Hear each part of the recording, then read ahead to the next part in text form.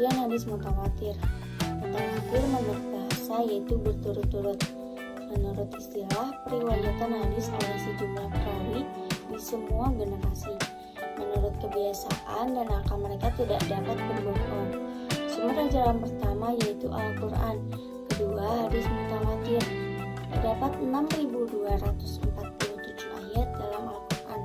500 ayat tentang dunia dan akhirat memerlukan penjelasan secara rinci, sisanya tentang rasul-rasul, para nabi, kitab, sejarah, umat terdahulu, dan ajaran moral. Ini karena semua ayat yang datang kepada kita secara mutawatir. Jika ada beberapa sahabat yang memiliki beberapa kata dalam mushaf yang tidak ada dalam qiraah mutawatir, itu hanya penjelasan dan interpretasi Al-Quran yang didengar. Dalam mushafnya terdapat kata mutatabi'at dalam Quran surat Al-Maidah ayat 89. Namun tidak ditemukan dalam mushaf Utsmani yang kita gunakan. Anda tidak dapat mengatakan itu ayat Al-Quran dan orang yang membantah tidak disebut kufur. 2. Pengertian hadis ahad adalah hadis yang diriwayatkan satu, dua, atau beberapa orang yang derajat mutawatirnya tidak tercapai. Hadis ahad tergolong hadis zani as-sabut, yaitu dalil yang masih dialihkan kepada arti yang lain. Hadis ahad memiliki dark side yang memungkinkan untuk ditolak atau diabaikan dan tidak untuk diamalkan. Ahad artinya satu, khabar al-wahid adalah khabar yang diriwayatkan oleh seseorang. Ulama lain mendefinisikan hadis ahad sebagai hadis yang sanadnya sahih dan berlanjut hingga sumbernya, tetapi berisi makna zani, yaitu pernyataan keras dan gagal meyakini keberadaannya. Bagaimana cara agar dapat dipercaya? Pertama, periksa sanad dan matannya. Penerimaan dan penolakan hadis ahad. Pada awal abad ketiga muncul perdebatan dan perbedaan pendapat tentang hadis sebagai sumber ajaran Islam, khususnya hadis yang tergolong ahad. Keterikatan umat Islam pada informasi hadis ahad tergantung pada kualitas narasi dan koneksi saluran sanadnya. Jika rantai transmisinya tidak berkesinambungan, meskipun rantainya terhubung, maka tidak dapat memaksa umat Islam menggunakan hadis sebagai dasar untuk beramal. Jika telah dipengaruhi kesohihannya, sekalipun sifatnya zani, hadis itu harus berasal dari Nabi Muhammad SAW, dan semua yang keluar darinya adalah syariat wajib yang dipraktikkan oleh umat Islam. Jika ada ulama yang tidak mengamalkan hadis ahad, itu hanya tidak percaya, bukan menolak. Syariat mengamalkan hadis menurut Abu Hanifah. 1. Perawi tidak melanggar cerita. 2. Catatannya tidak menyangkut hal-hal yang bersifat umum. 3. Catatannya tidak melanggar qiyas. 4. Tidak bertentangan dengan uruf ulama Madinah, yaitu tradisi ulama. 5. Asy-Syafi'i tidak menuntut ketenarannya, tidak bertentangan dengan amalan tradisi ulama, dan tidak menuntut agar ia tidak melanggar qiyas.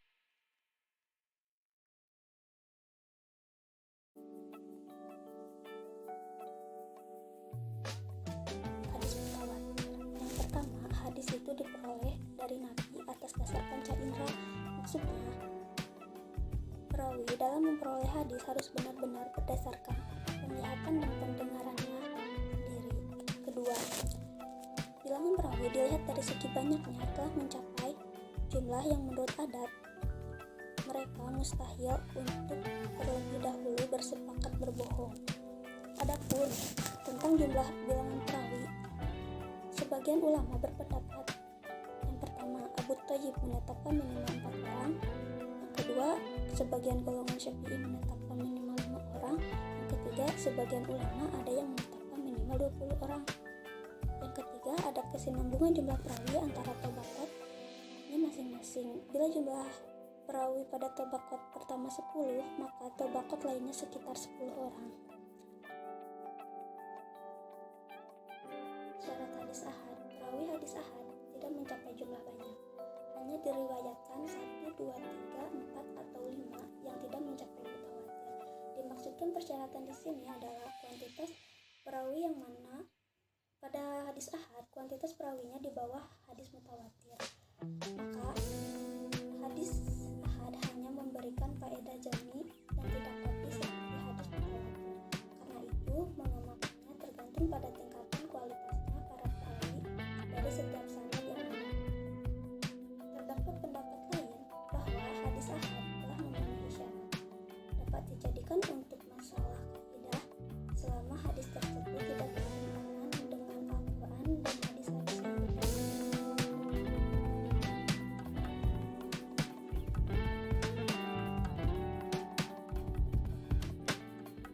Pada kesempatan kali ini, saya akan membahas tentang macam-macam hadis mutawatir dan hadis ahad. Hadis mutawatir terbagi menjadi 3 macam, yaitu hadis mutawatir lafzi. Hadis mutawatir lafzi merupakan hadis yang diriwayatkan dengan lafaz, makna, serta kandungan hukum yang sama. Contohnya seperti hadis Rasulullah SAW bersabda, "Barang siapa yang sengaja berdusta atas namaku, maka hendaklah ia bersiap-siap menduduki tempatnya di atas api neraka." Menurut Al-Bazzar, hadis ini diriwayatkan oleh 40 orang sahabat. Namun, Al-Nawawi menyatakan bahwa hadis ini diriwayatkan oleh 200 orang sahabat. Yang selanjutnya yaitu hadis mutawatir maknawi. Hadis mutawatir maknawi merupakan hadis mutawatir yang berasal dari berbagai hadis yang berbeda-beda lafaznya, tetapi memiliki kesimpulan serta makna yang sama. Seperti halnya hadis tentang mengangkat kedua tangan pada saat berdoa. Yang selanjutnya yaitu hadis mutawatir amali. Hadis mutawatir amali merupakan suatu hal ibadah yang dikerjakan oleh Nabi Muhammad, lalu dicontohkan oleh para sahabatnya, lalu para tabi'in, dan seterusnya hingga generasi sekarang dan yang akan datang. Seperti halnya hadis tentang sholat dan berapa jumlah rakaatnya. Dan yang selanjutnya yaitu hadis ahad. Hadis ahad terdiri dari 3 macam juga, yaitu hadis masyhur. Masyhur secara bahasa ialah nampak atau terkenal atau bisa juga populer. Sedangkan menurut istilah ialah hadis yang diriwayatkan oleh 3 orang perawi atau lebih dan belum mencapai batas mutawatirnya. Yang kedua yaitu hadis aziz. Secara bahasa ialah mulia atau kuat. Sedangkan secara istilah ialah hadis yang perawinya kurang dari 2 orang seluruh tingkatan sanadnya. Dan selanjutnya itu hadis gharib. Hadis gharib secara bahasa yaitu tunggal atau penyendiri.